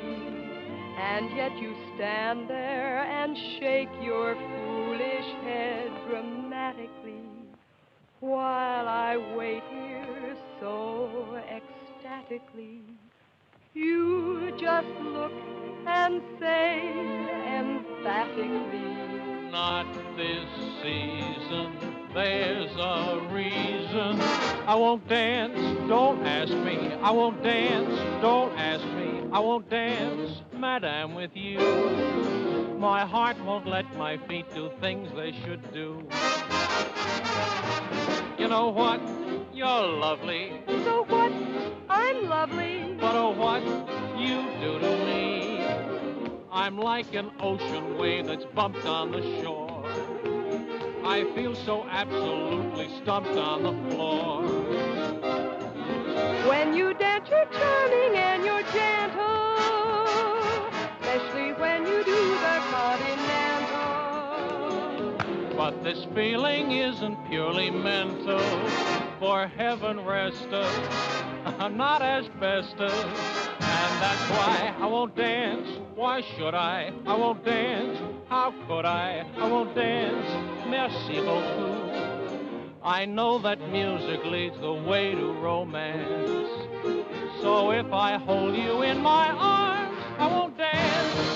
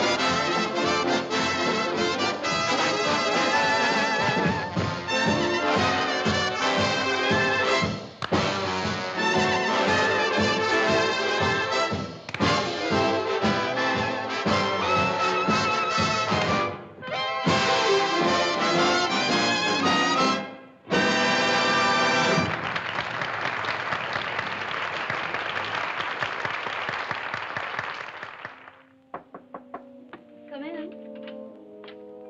Sally. Uncle Jerry. Oh, Uncle Jerry, I'm so glad to see you. What are you doing here? Well, I was out front watching the show. Did you see what we did to your number? Yes. I bet you like the show. Not at all. As a matter of fact, I liked it. I wish that some of the people who think my music is highbrow could have seen it. I'm so excited, I don't know what to do. You look wonderful, Uncle Jerry. More handsome than ever. How's Aunt Eva? Oh, she's fine. But of course, she misses you. Oh, I miss her, too. I miss you both. Is she with you? You haven't told me yet what you're doing here.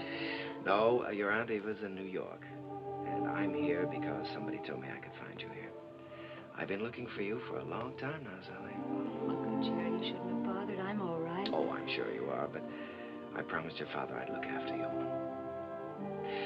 Sally, I want you to come back to New York with me. I can't, Uncle Jerry. I'd like to, but I can't. When I heard about my father, I never realized he was so ill, Uncle Jerry. You know I never would have left him. I know that, Sally. When I heard about him, it was as though someone had forced me to look into the mirror for the first time. I loved him very much, and I knew I'd broken his heart. I was spoiled and selfish, and I knew that I could never have any respect for myself again unless I did what I said I was going to do. So you see, I can't go back right now. I'm making my own way now, and I'm pretty good at it, too. Well, Sally, I just don't like the idea of you being here and all alone. This is just a stepping stone from where I've been to where I hope I'm going. I'm making $50 a week now because management thinks I'm worth $50. If I'm worth more, I'll get more. And if not, I'll have to find it out for myself. And Uncle Jerry, I'm not using anyone. 5 minutes, Miss Hester. Thank you, Jimmy. You understand, don't you, Uncle Jerry? Well, Sally, you know, darling, I'd give anything in the world if you'd let me help you. But I must say that I've never been quite so proud of anyone in my life as I am of you at this moment.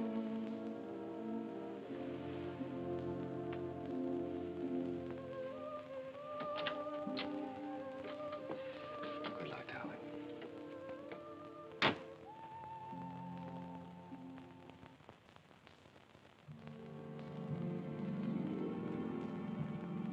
Gradually, I felt the old heartache misting away, and I was at peace.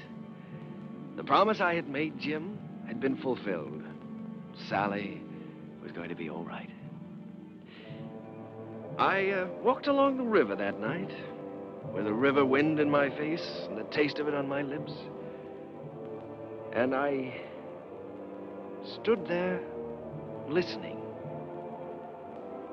A sudden excitement thrilling through me, listening to the song of a river that makes its way right through the heart of America. And the voice of that river was the laughter, the tears, the joys, and the sorrows, and the hopes of all America's people.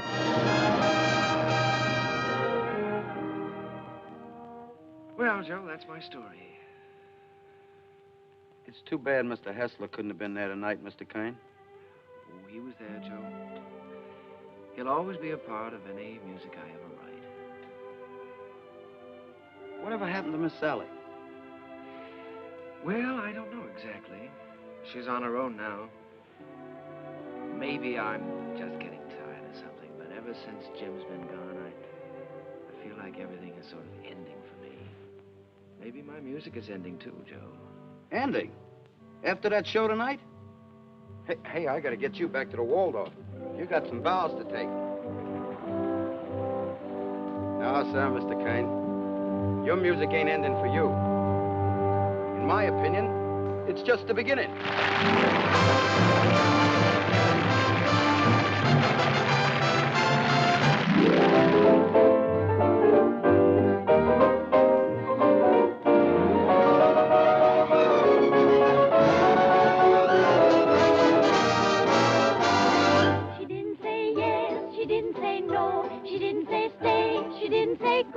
She wasn't so sure that he'd be good. She wasn't even sure that she'd be good. So what did she do? I leave it to you. She did just what you do.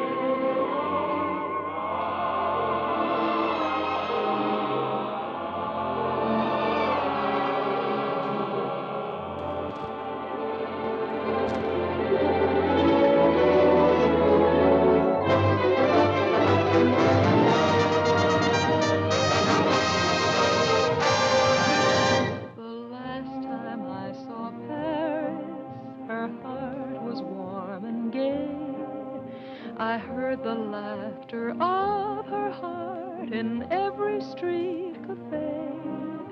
The last time I saw Paris, her trees were dressed for spring, and lovers walked beneath those trees, and birds found songs to sing. I dodged the same old taxi cabs that I had dodged for years. The chorus of their squeaky horns was music to my ears. The last time I saw Paris, her heart was warm and gay. No matter how they change her, I'll remember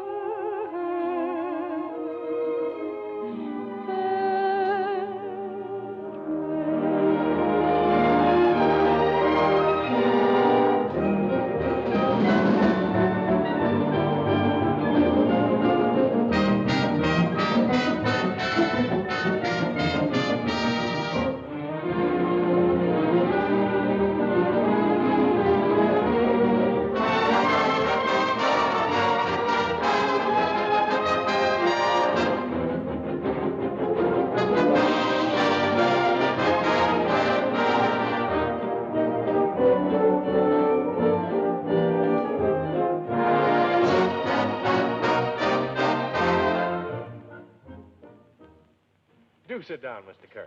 Oh, you sure we won't be in the way? Oh, certainly not. Not at all. Well, I can't get over this, Mr. Artide. We certainly don't grow stages like this on Broadway. Darling, look at the size of that orchestra. Why, you have everything in the world to work with here. That's right, Mr. Kern. We've tried to give you the best of everything. Yes, that's so. What was the number you were going to do today? Well, we found an old song of yours that you did first in 1917, called The Land Where Good Songs Go. Oh, I'd almost forgotten about that one.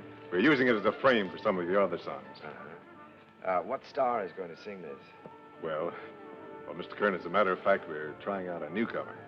Oh, a newcomer. This girl did a test for us in New York, and it impressed us, so we flew her out here. She hasn't done much yet, but we have great hopes for her. Quiet! All right, girls, We're ready. Ready for a take. All right, let's try one. Places, please. Okay, Charlie. Hit the lights. Quiet. Okay, roll 'em. Action.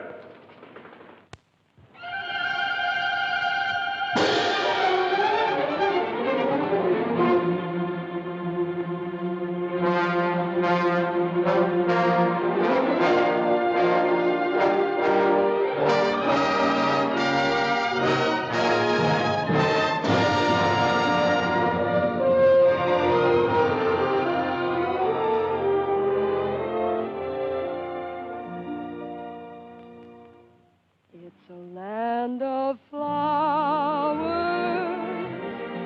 and April showers with sunshine in between, with roses glowing and rivers flowing, mid rushes growing green. Like her, Mr. Kern? Like her? I love her. I'd rather hear her sing one of my songs than anyone else in the world. Wouldn't you either? And I wish someday I could find my way to the land where the good songs go.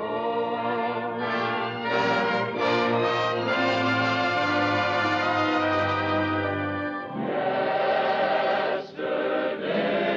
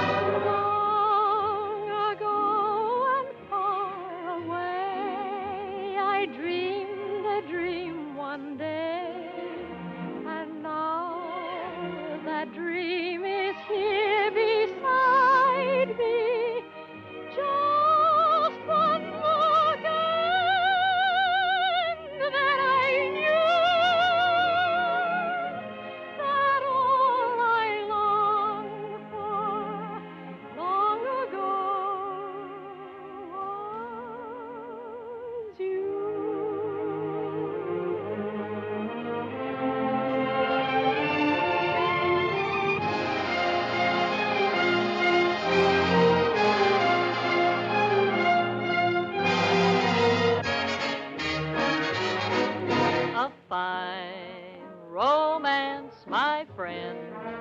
This is a fine romance with no kisses. I might as well play bridge with my old maid Ann. I haven't got a chance. This is a fine romance.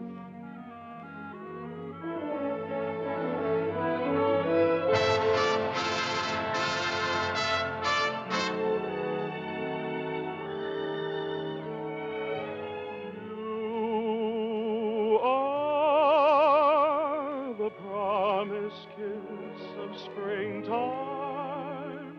that makes the lonely winter seem long. You are the breathless hush of evening that trembles on the brink of a lovely song. You are the angel glow that lights a star, the dearest things I know are what you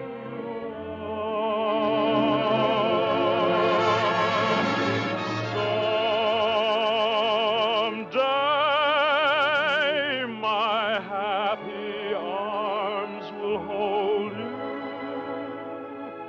and someday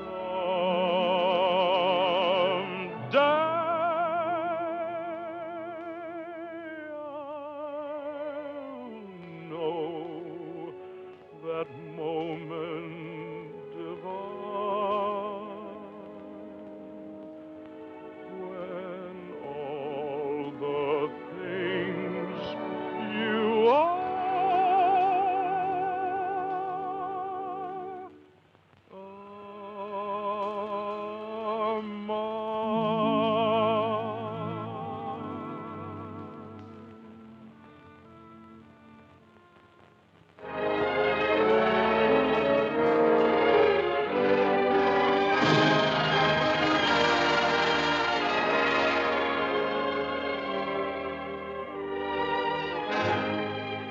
Why was I born? Why am I living? What do I get? What am I giving? Why do I want the things I dare not hope for? What can I hope for? I wish I knew.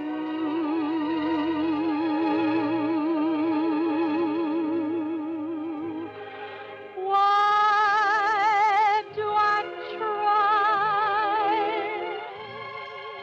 to draw you near me?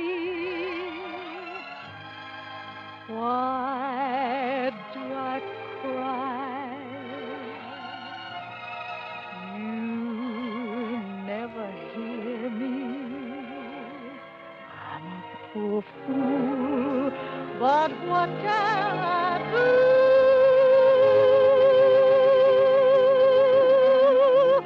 Why was I born to love?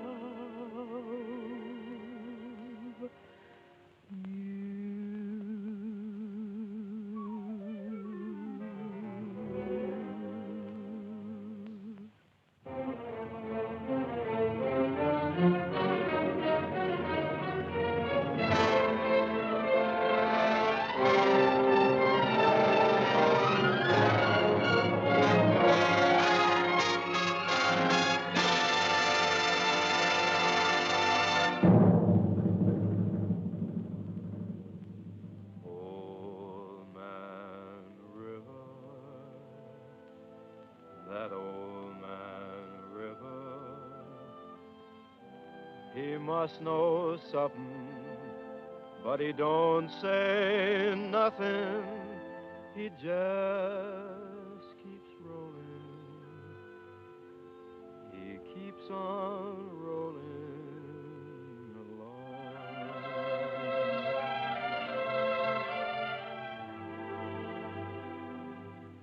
He don't plant taters, and he don't plant cotton. And them what plants 'em is soon forgotten. But old man River just keeps rolling along.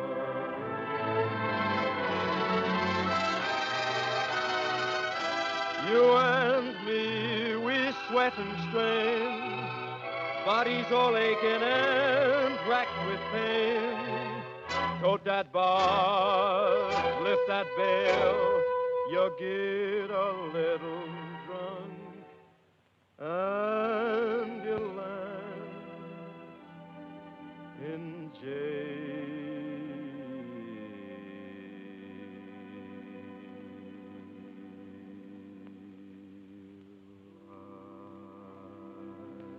Gets weary